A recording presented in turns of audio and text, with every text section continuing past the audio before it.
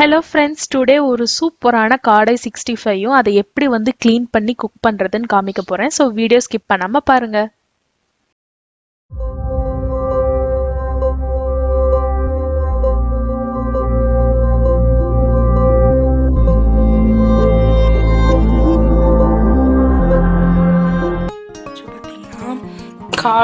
காடை ஃப்ரை நம்ம ட்ரைட்டு வரோம். ஆக்சுவலி இங்கே காடை கிடைக்கிறது கொஞ்சம் கஷ்டம். ஸோ சிக்கன் மட்டனே சாப்பிட்ருக்கோன்னு சொல்லிட்டு சரி ஆர்டர் வாங்கலாம்னு சொல்லிட்டு முன்னாடியே வந்து ஆர்டர் பண்ணிட்டு அவங்க வந்து கொடுத்துருவாங்க நமக்கு. ஸோ நேற்று தான் இதுவே வந்துச்சு.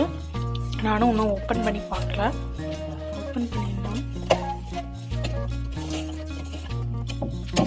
ஸோ பார்த்திங்கன்னா இப்படி தான் இருக்கும். எல்லாம் வந்து இது பண்ணி ஒட்டிட்டாங்க. ஒரு 6 இருக்கும்னு நினைக்கிறேன். ஸோ இப்படி தான் பாக்ஸில் போட்டு தருவாங்க. ஸோ இதை வந்து வாஷ் பண்ணிட்டு நான் மசாலா போடும்போது நான் உங்களுக்கு காமிக்கிறேன். பாத்திரத்தில் இந்த மாதிரி எடுத்து போட்டுக்கோங்க. இப்போ நான் இது எப்படி கழுவுறதுன்னு காமிக்கிறேன். ஸோ இப்போ வாஷ் பண்ணுறதுக்கு முன்னாடி இந்த காடையை வந்து நான் வந்து 2ஆக கட் பண்ணிக்க போகிறேன். பிகாஸ் இது வந்து ஃபுல்லாக போட்டு பொரிக்க போகிறது இல்லை. அதனால் கட் பண்ணிவிட்டு அதில் உள்ளே இருக்க பார்ட்ஸ் எல்லாம் கொஞ்சம் எடுத்துட்டு அதுக்கப்புறம் நான் வந்து வாஷ் பண்ண போகிறேன். நீங்கள் ஃபுல்லாக வந்து சில்லியாக போடணும் அப்படின்னா கூட நீங்கள் கட் பண்ணாமல் மேலே இருக்க ஸ்கின் வேணால் ரிமூவ் பண்ணிவிட்டு நீங்கள் வந்து மசாலா போட்டு பண்ணிக்கலாம். நான் இப்போ வந்து டபுளாக தான் கட் பண்ண போகிறேன், 2ஆக. ஸோ அப்போ தான் வந்து உள்ளே இருக்கிறத இதை வந்து நல்லா வந்து உள்ள குடல் அந்த மாதிரிலாம் நிறைய இருக்கும், அதெல்லாம் வந்து க்ளீன் பண்ணலாம். ஸோ நான் வந்து எப்படி க்ளீன் பண்ணுறதுன்னு இப்போ காமிக்கிறேன். ஃபஸ்ட்டு வந்து இந்த 2ஆக கட் பண்ணுறீங்கன்னா இந்த மாதிரி 2ஆக வந்து கட் பண்ணிக்கோங்க. நடுவில் வந்து பேக் போன்லாம் இருக்கும். ஸோ அது ரொம்ப கஷ்டமாக இருக்கும் கட் பண்ணுறதுக்கு. ஸோ நல்லா ஷார்ப் பண்ணி வச்சுக்கோங்க நைஃபை. இந்த மாதிரி டபுளாக வந்து கட் பண்ணிக்கோங்க.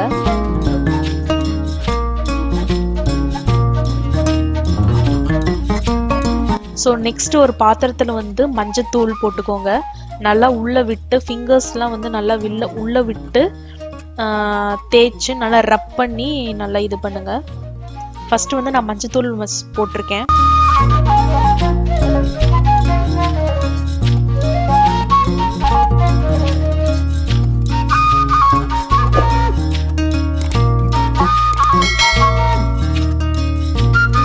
நெக்ஸ்ட் வந்து உப்பு போட்டுக்கோங்க. நான் இங்கே கல்லுப்பு யூஸ் பண்ணுறேன்.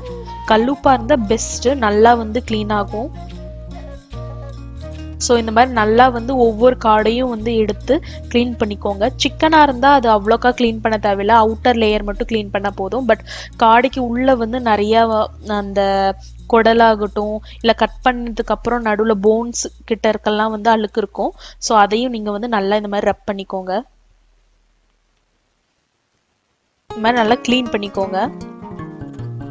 க்ளீன் பண்ணி அதை ட்ரெயின் பண்ண விட்டுருங்க.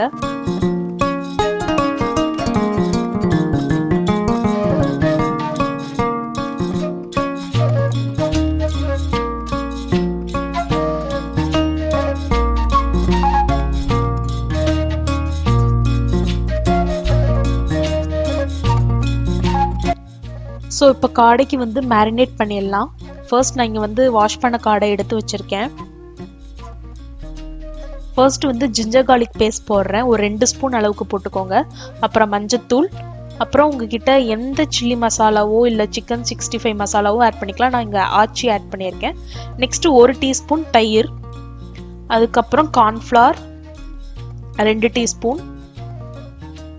இதெல்லாமே போட்டு நல்லா மிக்ஸ் பண்ணிக்கோங்க. கட்டி ஆகாமல் இருக்கிறதுக்காக நல்லா மிக்ஸ் பண்ணிக்கோங்க. ஒரே ஒரு எக் வந்து உடைச்சு ஊத்துறேன்.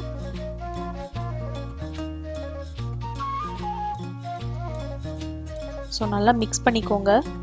எக்ல இருக்க லிக்விடே வந்து போதும். எக்ஸ்ட்ரா வந்து எந்த தண்ணியும் வாட்டரும் ஆட் பண்ண வேண்டாம். ஸோ அவ்வளோதான். இது இவ்வளோ சிம்பிள் மேரினேஷனே போதும். ஏன்னா காடைக்கு வந்து நேச்சுரலாகவே வந்து நல்லா டெம்ப்டிங்கான டேஸ்ட் இருக்கும். ஸோ வந்து நீங்கள் இந்த மாதிரி சிம்பிளாக பண்ணாவே போதும். ஒவ்வொன்றா வந்து மேரினேட் பண்ணி வச்சுக்கோங்க.